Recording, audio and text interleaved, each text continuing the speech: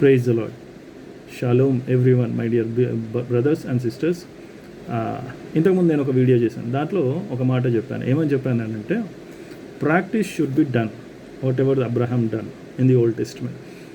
అంటే చాలామంది ప్రాక్టీస్ అని అంటే బలులు అర్పించడం, ఓకే, రెండోది రక్తం ఒలికించడం, ఓకే, ఇవి కాదండి.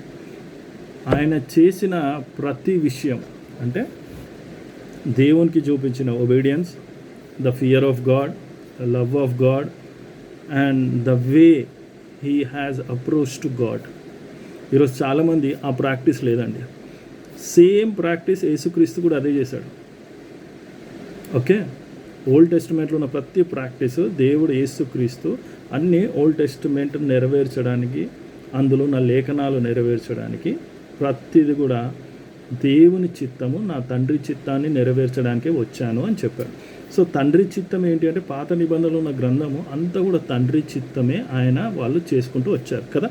తండ్రి చెప్పిన ఆజ్ఞలన్నీ కూడా మరి ఓల్డ్ టెస్టిమెంట్ ఎక్కడి నుంచి, ఆదాము నుంచి మలాకి వరకు తండ్రియే నడిచింది, తండ్రియే మాట్లాడిండు. తండ్రి యొక్క చిత్తాన్ని, తండ్రి యొక్క మాటలు వాళ్ళు గాయకొని ఆ obedience, fear of God, love of God, they walk with God. Same thing Jesus Christ కూడా తండ్రి యొక్క చిత్తాన్ని నెరవేర్చడానికి వచ్చాడు. మరి మనము మన చిత్తము, మన ఇష్టమే నెరవేర్చుకుంటున్నాం. అందుకని ప్రాక్టీస్ అని అంటే, మనము క్రీస్తును ఫాలో అయితే we will practice all the things what Jesus has done. Understand? What Jesus did, the practice is from Old Testament.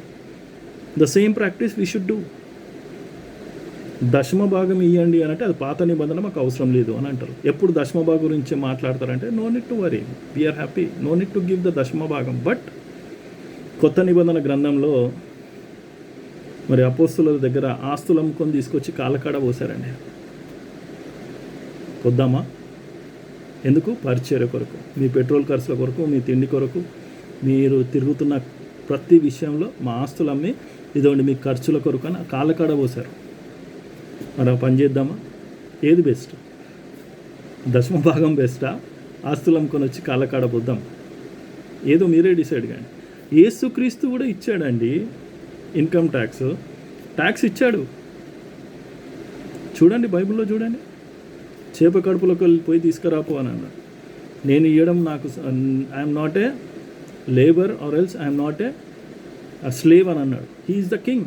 ఇంకో కింగ్కి ఇవ్వడానికి అవసరం లేదు. But still what God said, go to there, you will get a 1 coin which fish is going to give you. అది తీసుకొచ్చి వాళ్ళకు tax pay చేశారు. ఈరోజు మనం దశమ భాగం అడిగితే ఒక కథ చెప్తాం. అన్నిటికీ కథలు చెప్పడానికి మన దగ్గర మంచి లేఖనాలు మంచి పాటిస్తాం. ఇల్లు కట్టుకునేటప్పుడు యెహోవా ఇల్లు కట్టించిన ఎడల అని పాత నిబంధనలకు వెళ్ళి తీసుకొని వాక్యం చదువుతాం.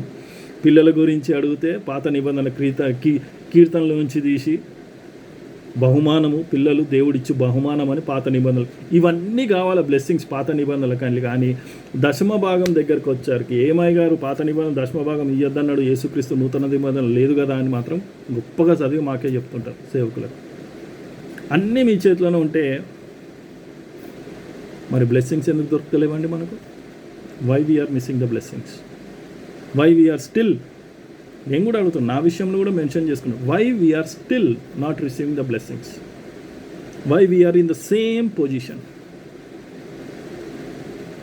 ఆలోచించండి. The practice what Jesus did, if we are the followers, if we are the seed of Abraham, if we have a relationship with the Christ, then do the practice what Jesus did. God bless you.